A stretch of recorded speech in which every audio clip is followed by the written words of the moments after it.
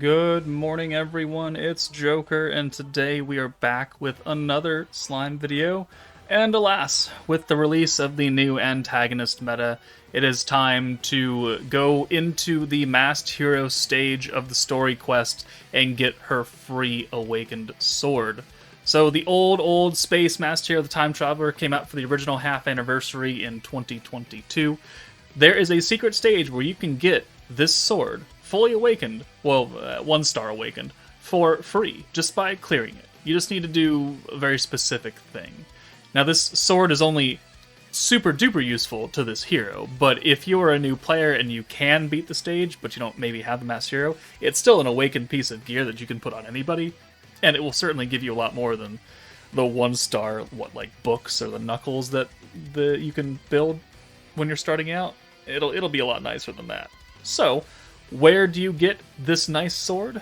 Well, like I said, you get it from story chapter 13, mission number 8, unlock with the questionable EP requirements. This stage does a couple of things. First off, you fight Hinata, who is not very strong. She only has 67,000 HP. What she does do is she nerfs your entire front line. Attack down, defense down, crit rate down, crit damage down, pierce rate down, pierce power down. Nerfs greens for a couple turns, and then gives herself some extra defense. So your front line, before you were able to do anything, is going to get heavily nerfed. But if you kill Hinata, you will then move into the second part of the fight where you fight the Masked Hero, who has slightly more HP and slightly higher stats. 204k, 18,500 attack, 15,000 defense. And she is immune to everything, and she gives herself a literal butt ton of buffs. Attack, light attack, crit damage, pierce power, guard rate, super guard rate.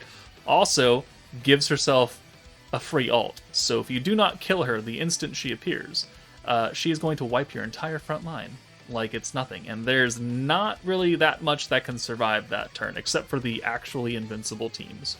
So what you have to do is you have to either build up a lot of stats by not hurting Hinata that much, or you need to just bring in a really strong burst damage team and then nuke the crap out of the hero, which is what we're going to do today, because the Antagonist meta is a burst orange team.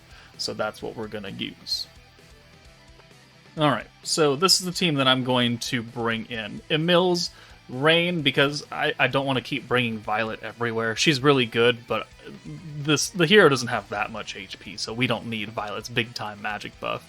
And then we brought 2 free-to-play blue orb changers, because I just want to get a lot of protection gauge for Emil, so we can get maybe a good hand of rainbow orbs. And then we're going to nuke with actually Dark Shinja, because the hero is light, and we have a single target Dark Nuker who is on Antagonist, so she'll work pretty well. And then the new Shinja, because she's giving ult damage to light and dark characters, both her and the old Shinja will get that.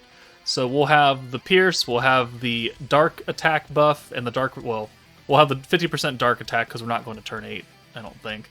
And then the ult buff, the magic buff, and that should be enough power to take out the Masked Hero when we get there with the, well, we don't even have an EX ult, but maybe we can get like an EX ult for Shinja as a light Shinja as a follow-up. But none of our units up front have attack gear. They have defense and HP, but I don't want them to do as much damage to Hinata and maybe leave us in a bad state, not ready to nuke, and then move into the hero.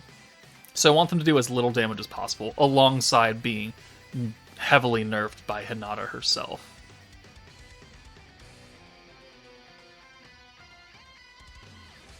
Alright, so as you can see, right at the start of the fight, before you can do anything, Hinata puts all those debuffs on your characters, which doesn't, I mean, it matters, but it just doesn't matter.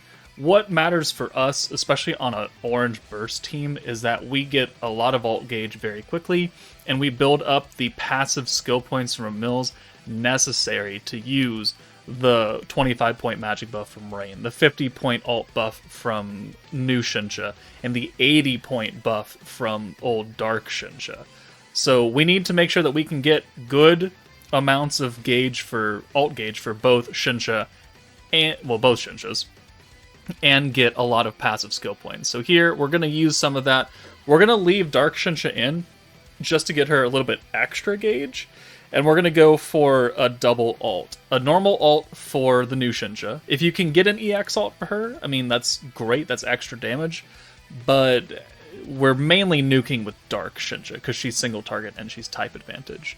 So here, we're just going to kind of work the orbs in a fashion that's going to benefit us the most while not having to spend any points now. Because I want the extra 60 that we're going to get on turn 4 and 5. So we're going to lower her health down really, really low, and then we're going to bank on this turn being relatively good, which it does. It's a 2-2-2 spread, but because we're going to double Emils here, and we've got a little bit of alt gauge for both Shinshas already, this means that we're going to get both of their alts easily without having to spend any real skill points.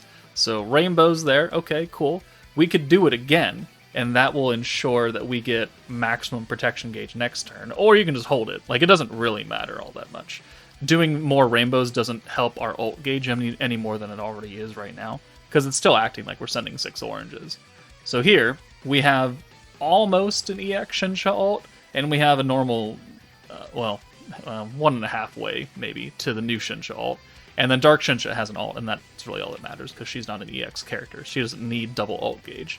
But what we do have is enough points to use the 80-point buff, the 50-point buff, and the 25-point buff. Now, Rain, because we're past turn 3, her buff is significantly weaker than what it would be on turn 3. But it's not really going to matter all that much. So we'll use Mills again to give us a full 6-hand send.